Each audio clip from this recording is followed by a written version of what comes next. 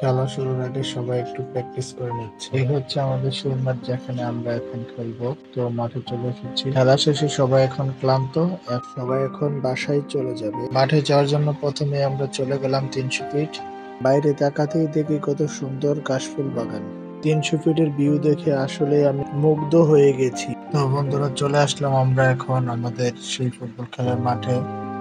তো অল্প কিছুক্ষণের মধ্যে আমাদের খেলা শুরু হয়ে যাবে। মজার বিষয় হলো বন্ধুরা, আমরা যে মাঠে ফুটবল খেলবো তার ঠিক পাশেই বাংলাদেশের ন্যাশনাল টিমের ফুটবলার আনিসুর রহমান এবং রাকিব তারা প্র্যাকটিস করতেছিলেন। বসুন্ধরা কিংসের প্লেয়াররা সবাই। তো আমি এই সুযোগে একটু তাদের প্র্যাকটিসটাও দেখে নিলাম। প্র্যাকটিসের সময় তাদেরকে দেখে মনে হচ্ছিল তারা খুবই এনজয় করতেছে। আর একটু পরেই দেখি তপুদা তার কোচের সাথে কথা বলতে বলতে হেঁটে চলে যাচ্ছে এবং কোচ তাকে কি যেন শিখাচ্ছে। এইদিকে আমিও খুব তাড়াহুড়ো করে কাপড় পরে নিলাম এবং জুতাগুলা পরে নিচ্ছি, কারণ আমাদের খেলা এখন শুরু হয়ে যাবে।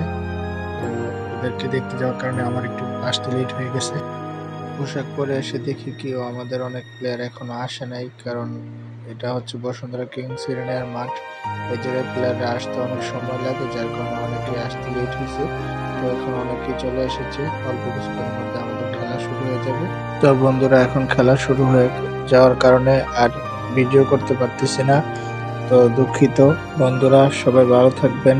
আমি আজকে এই প্রথম ব্লগ করেছি, সবাই আমাকে সাপোর্ট করবেন এবং আমি আস্তে আস্তে সুন্দর ভিডিও দেওয়ার জন্য চেষ্টা করব। এবং আমাদের খেলা শেষ, আমরা এখন বাসায় চলে যাব। বাইক দিয়ে চলে যাচ্ছি বাসার দিকে। রাতে বাইক নিয়ে ঘুরতে অনেক ভালোই লাগে, চারিদিকে অন্ধকার, নীরব রাস্তা। আবার চলে আসলাম 300 ফিটে। রাতের বেলা 300 ফিটে অনেক ভালোই লাগে, কারণ চতুর্দিকে অনেক লাইট গুলা জ্বলে আছে, রাস্তাগুলো ফাঁকা, শুধু গাড়ি আর গাড়ি। আর আমার বাসাও 300 ফিটের পাশেই। তো অল্প কিছুক্ষণের মধ্যেই আমরা বাসায় ইনশাল্লাহ চলে যাব। তো যারা কষ্ট করে ভিডিওটা দেখেছেন আপনাদেরকে অনেক ধন্যবাদ, এবং আমি চেষ্টা করবো ইনশাল্লাহ এখন থেকেও আরো ভালো ভিডিও দিতে। এটা আমার প্রথম ব্লগ, ভবিষ্যতে ইনশাল্লাহ আরো ভালো ভিডিও দেওয়ার চেষ্টা করবো। আসসালামু আলাইকুম, সবাইকে অনেক ধন্যবাদ। আল্লাহ হাফিজ।